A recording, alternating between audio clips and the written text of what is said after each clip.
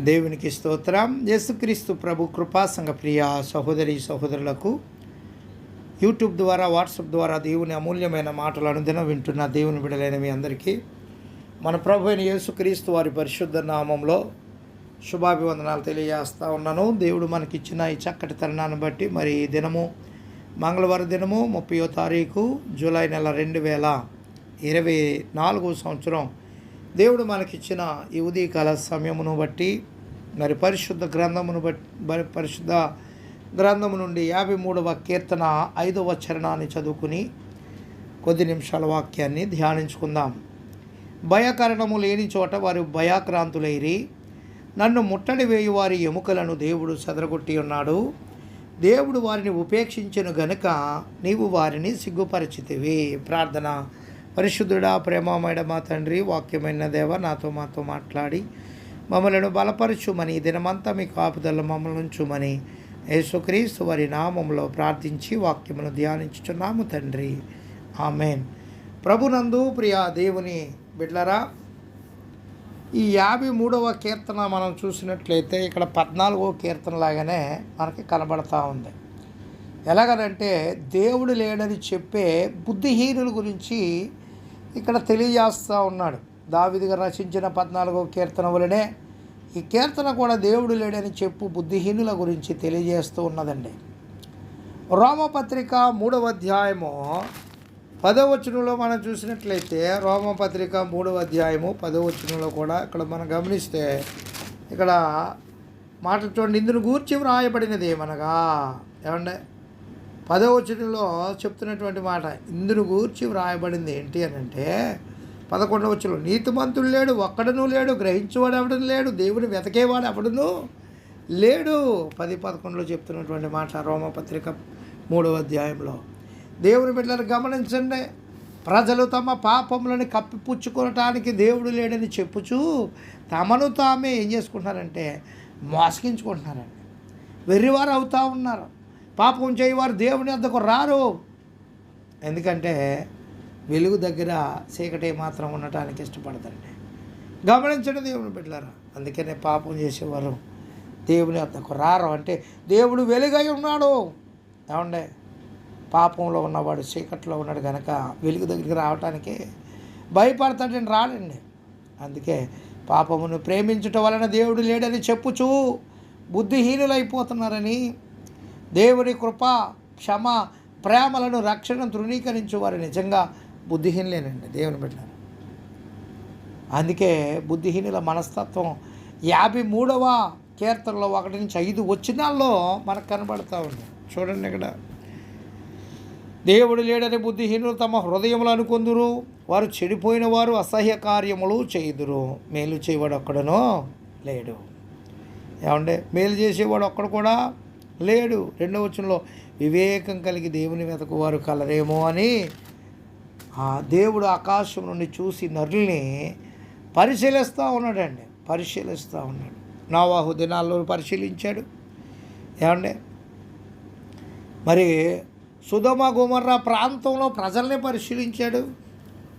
ఏమంటే మరలా ఈ యొక్క కృపాకాలంలో కూడా పరిశీలిస్తూ ఉన్నాడండి. మరి పరిశీలిస్తూ ఉన్నప్పుడు ఎవరైనా ఆయనకి దృష్టికి కనబడతా ఉన్నారా? అది ఆలోచించాలి మనం. ఏమంటే పరిశీలిస్తూ ఉన్నాడు ఆయన. పరిశీలనలో మనం ఉన్న ఎంతో గొప్ప ధన్యులమని ప్రభునామంలో తెలియజేస్తున్నాం. దేవుని బిడ్డలను గమనించండి. 3వ వచనంలో, వారందరూ దారి తొలగి బొత్తిగా చెడి ఉన్నారు, ఒకడను తప్పకుండా అందరూ చెడి ఉన్నారు, మేలు చేయవారు ఎవరు లేరు, అక్కడైనా కూడా లేడని చెప్తా ఉన్నాడండి 3వ వచనంలో. ఏమండి 4వ వచనంలో, దేవునికి ప్రార్థన చేయక ఆహారం రింగినట్లుగా నా ప్రజలను మృంగు పాపాత్ములకు తెలివి లేదా చెప్తా ఉన్నాడు. దేవునికి ప్రార్థన చేయకుండా దేవుడిచ్చిన ఆహారాన్ని బట్టి, దేవుడిచ్చిన ఆరోగ్యాన్ని బట్టి, దేవుడిచ్చిన ఆశీర్వాదాన్ని బట్టి, దేవుడిచ్చిన ప్రతి ఈవిని బట్టి, పేరుని బట్టి, పలుకుబడిని బట్టి, హోదాను బట్టి, ఏమండే దేవుని బిడ్డలారా, దేవునికి ప్రార్థన చేసేవారుగా ఉండాలి. ఏమండే మాకు ప్రార్థన వద్దు, ఏమండే మాకు ఆత్రమే ముద్దు అంటూ ఉన్నారు కొంతమంది.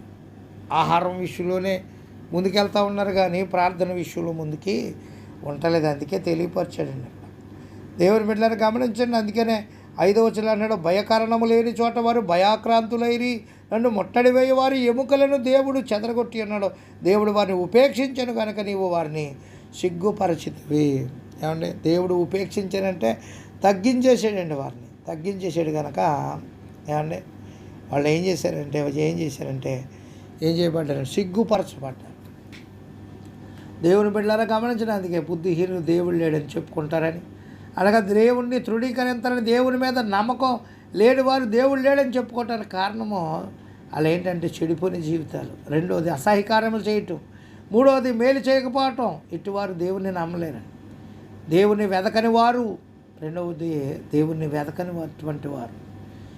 53వ కీర్తన 2వ వచనం, దేవుని వెదికి తెలుసుకోవాలని ఆశ లేని వారు, అంటే దారి తొలగి బొత్తిగా చెడిపోయిన వారిని, నైతిక మార్గాన్ని చెరిపేసుకున్నారని, అక్రమార్గాలను ఎంచుకున్నారని, మేలు చేయని వారు కీడు చేయటం వారికి తెలుసు, మేలు వారు చేయటానికి ఇష్టపడరని, దేవుని ప్రార్థన చేయరని, దేవునికి మొరపెట్టరని, దేవునిపైన ఆధారపడరని, దేవుని సహాయంతో నిమిత్తం లేదని వాదించుచు వెర్రివారవుతూ ఉన్నారని, ప్రజలను మృంగుతారని, దేవుని ప్రజలను నాశనం చేస్తారని, కీడు చేయవారు వారి సంపదలను దోచుకొని లాక్కుంటారని, ఆహారం మింగినట్టుగా.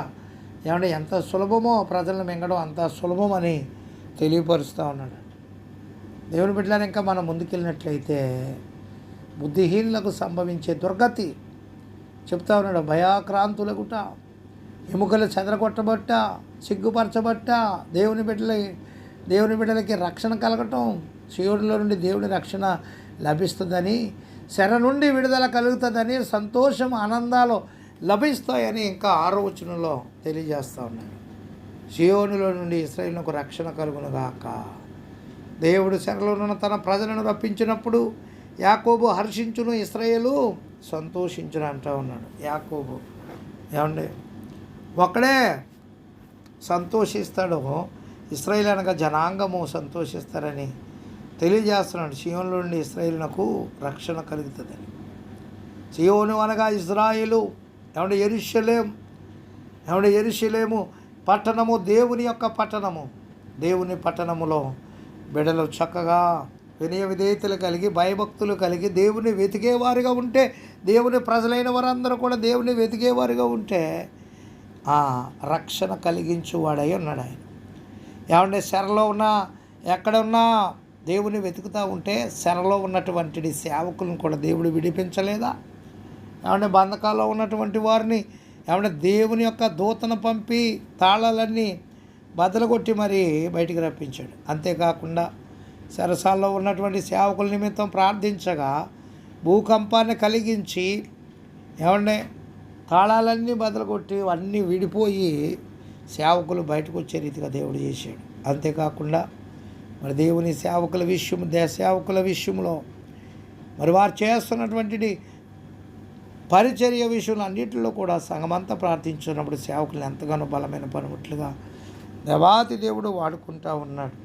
దేవుని బిడ్డలు గమనించండి. ఇక్కడ మనం తెలుసుకోవాల్సింది ఏంటంటే 53వ కీర్తనలో బుద్ధిహీనుల వలె ఉండకుండా బుద్ధిమంతులుగా దేవుని వెతికేవారుగా, దేవునితో సహవాసం, దేవుని బిడ్డలతో సహవాసం కలిగి ఉండి, ప్రార్థనా జీవితం కలిగి ఉండి, అంతకంతకు అభివృద్ధి చెందుతూ, అంతకంతకు ఎదుగుతూ, దేవుని యొక్క మాటలు చదువుతూ, ప్రార్థనలో ఏకీభవిస్తూ, అనేక రీతులుగా వాడబడుతూ ఎంతగానో ముందుకు సాగుతున్నటువంటి వారి విషయాల్లో దేవుడు ఎంతగానో ముందుకొచ్చి వారిని దీవించువాడై ఉన్నాడు, ఆశీర్వదించువాడై ఉన్నాడని ప్రభునామంలో తెలియజేస్తూ ఉన్నాను. దేవుని బిడ్డలారా గమనించండి. సమయము సద్వినియోగం చేసుకోమని ఎఫెసీయులకు రాసిన పత్రికల 5వ అధ్యాయంలో 15వ వచనంలో దేవాది దేవుడు తెలియపరచాడు. ఎందుకనంటే దినములు మంచి కాదు, దుర్దినములు గనక వాటిని మీరు సమయాన్ని సరి చేసుకోండి. ప్రసంగి గ్రంథంలో కూడా జ్ఞాని అయిన సొలొమోను గారు కూడా తెలియపరిచి ఉన్నాడు.